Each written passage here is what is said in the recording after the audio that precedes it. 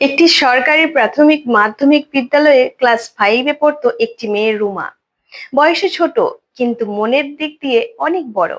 মুখে সবসময় একটা চাপা হাসি লেগেই থাকতো, কিন্তু চোখে ছিল না বলা গল্প। তপন স্যার ছিলেন সেই ক্লাসের শ্রদ্ধেয় শিক্ষক। মানুষটি খুব সাধারণ জীবনযাপন করলেও তার চিন্তাধারা ছিল অসাধারণ। প্রতিদিন ক্লাসে নতুন কিছু শেখানোর চেয়ে তিনি বেশি গুরুত্ব দিতেন মানুষ হয়ে ওঠানোর পাঠে। একদিন দুপুরবেলায় ক্লাসে সবার মাঝে দাঁড়িয়ে স্যার বললেন, আজ আমরা খেলবো। না খেলা, তোমাদের সবার লাঞ্চ বক্স আমি এক এক করে দেখব। যার খাবার সবচেয়ে স্বাস্থ্যকর, পরিচ্ছন্ন আর ভালোভাবে গোছানো থাকবে, তাকে আমি একটি সুন্দর স্কুল ব্যাগ উপহার হিসাবে দেব। শুনি গোটা ক্লাসে হুলুস্থুলুস পড়ে গেল, সবাই উচ্ছ্বাসিত। যে যার ব্যাগ থেকে লাঞ্চ বক্স বের করে টেবিলে রেখেছে, কেউ আবার নিজের লাঞ্চে একটু অতিরিক্ত সাজিয়ে রেখেছে। অনেকে শসা কেটে ফুলের মতো করে রেখেছে, কেউ ফল সাজিয়েছে রামধনুর রঙের মতো। সবার মাঝে ছিল শুধু একজন রুমা। সে চুপ করে বসেছিল, চোখে মুখে একটি চাপা সংকোচ। তপন স্যার একে একে সবার টিফিন পরীক্ষা করছেন। কেউ এনেছে খিচুড়ি, কেউ পরোটা, কেউ ডিম, কেউ ফল, আর কেউ হোমমেড কেক। শেষে এসে দাঁড়ালেন রুমার সামনে। তোমার লাঞ্চ বক্স কোথায় মা? রুমা একরকম লজ্জা আর কষ্টে মাথা নিচু করে ব্যাগ খুলে একটি পুরনো ঢাকনা ভাঙা লাঞ্চ বক্স বের করলো। স্যার সেটা খুলে দেখলেন ভিতরে কিছুই নেই। রুমার চোখে জল এসে গেল। সে মাথা নিচু করে বলল, স্যার, মা সকালে উঠে বলল চাল নাই ঘরে। বাবা কাজ খুঁজতে কিন্তু পাচ্ছে না। কাল রাতেও কিছু খায়নি।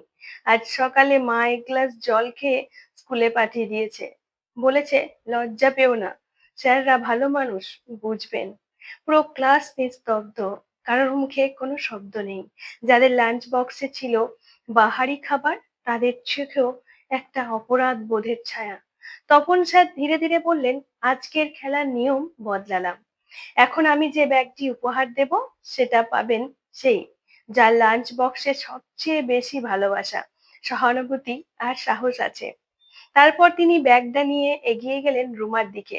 আজ রুমার, কারণ ও আমাদের শেখালো কিভাবে খালি পেট নিয়েও মাথা উঁচু করে দাঁড়াতে হয়।